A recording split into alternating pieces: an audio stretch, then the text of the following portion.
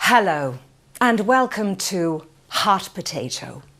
I'm Maureen O'Clamp and today myself and my special guests will be exploring the topic of wellness. My next guest is Azah Woman, a wellness warrior devoted to the empowerment of women suffering from PTSD. Azah Woman, welcome to the show. Yeah, hello. So let's get straight to it. Wellness. What does it mean? Well, I'm allergic to red, green, brown and orange foods and some yellow.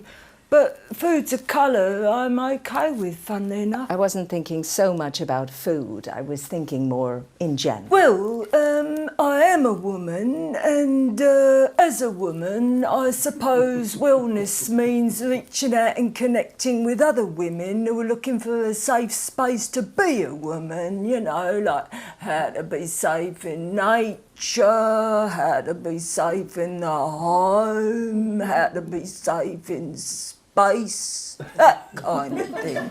And it's just out of interest, where do you stand on men? Oh, well, they're not all predators, although male robins can be quite aggressive, can't they? But, like, you know, some of them have got really soft hands. Well, not the robins, obviously, because they haven't got any hands. They've only got Feet? Yeah, feet, that's it.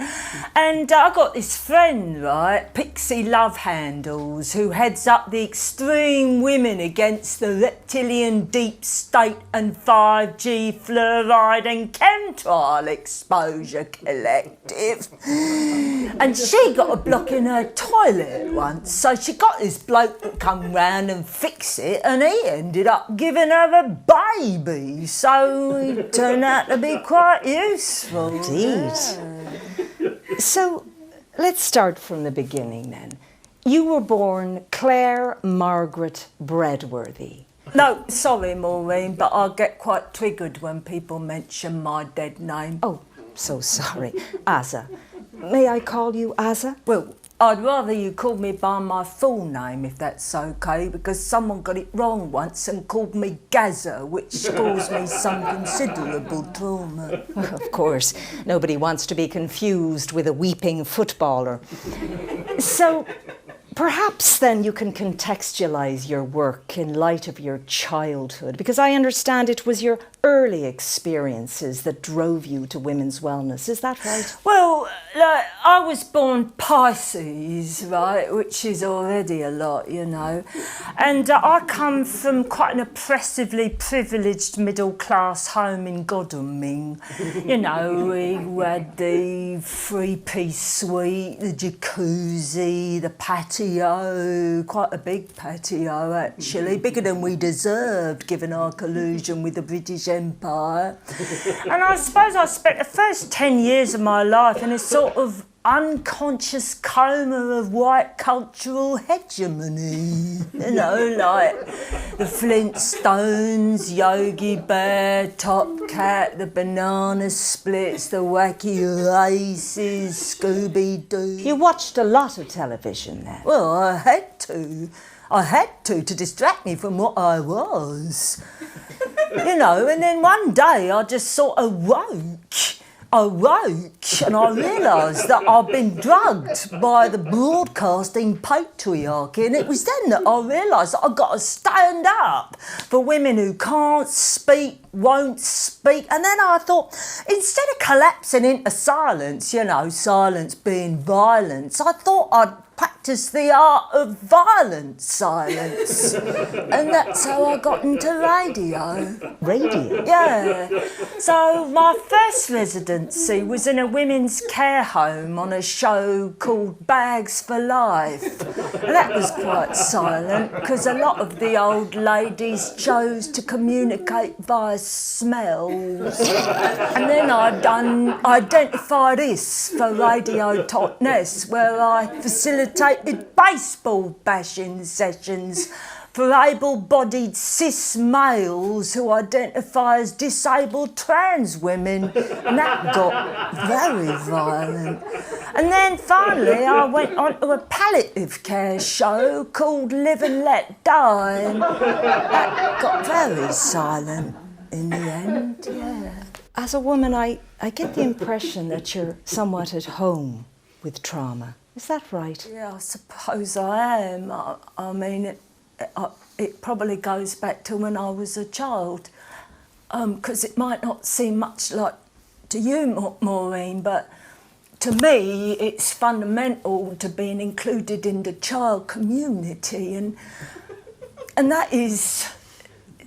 Oh, I've never told anyone this, and here I am blubbing all over hot potato. Please, feel free. Well, yeah, I suppose this is a safe space after all. Completely safe.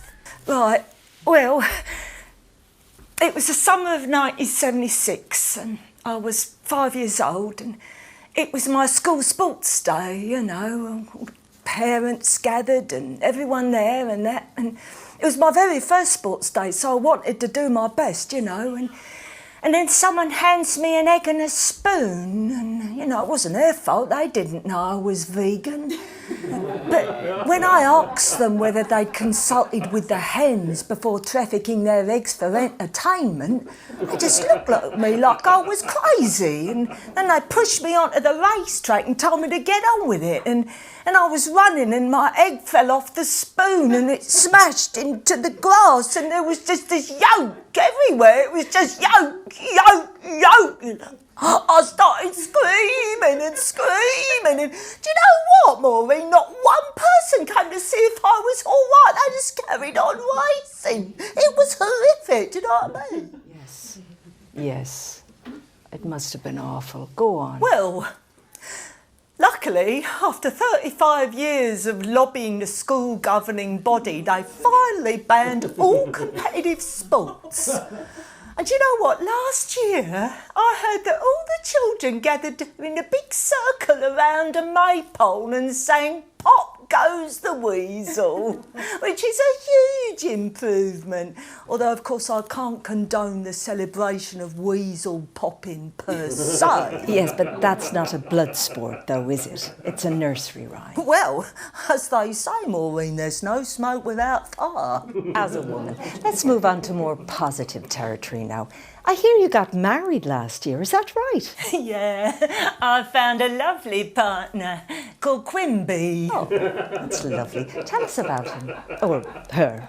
Or they. Or Ood. Yeah, my Quimby's personal pronoun of choice is Ood. Okay. And how did you meet? Oh, well, we met at my local Dance Yourself Stupid group.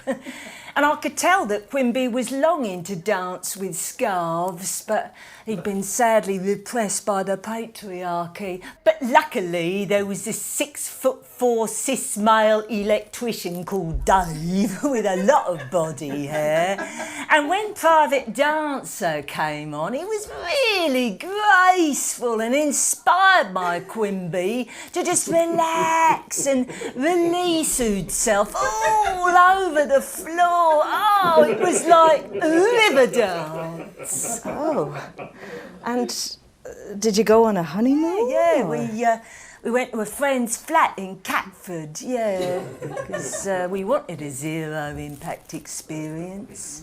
And then we moved to Torquay, because we were struck by the integrity and authenticity of the Wicker community. And then we watched The Wicker Man, and that was it. We both decided to convert to Wicker. The Wicker Man? I thought that was a horror film. Oh, no, not the Wicker Man. Oh, no, that'd be awful, no. No, the Wicker Nan. And who is the Wicker Man? Oh, everyone knows the Wicker Nan. Yeah, she's a deeply connected wise woman who works at the Pumpkin Slice, the bakery there. Yeah, she was the one who gave me my Wicker name. And what's that? Shara-ra-ray. Shara-ra-ray. Oh, I've not heard of that name. What does it mean? Well, Shara means princess in Hebrew, and I thought, why not? And then I just stuck "Ra-Ray" on the end because I love that song by Dexy's Midnight Runners. You know, the one that goes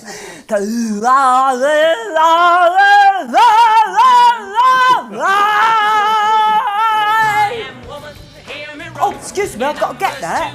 Hello, Azah Woman. What? No. Oh my God, Maureen, you wouldn't believe it. What's happened? Someone's just mispronounced my Quimby. And there you have it, folks. Azah Woman, fighting the good fight for accurate pronouncing.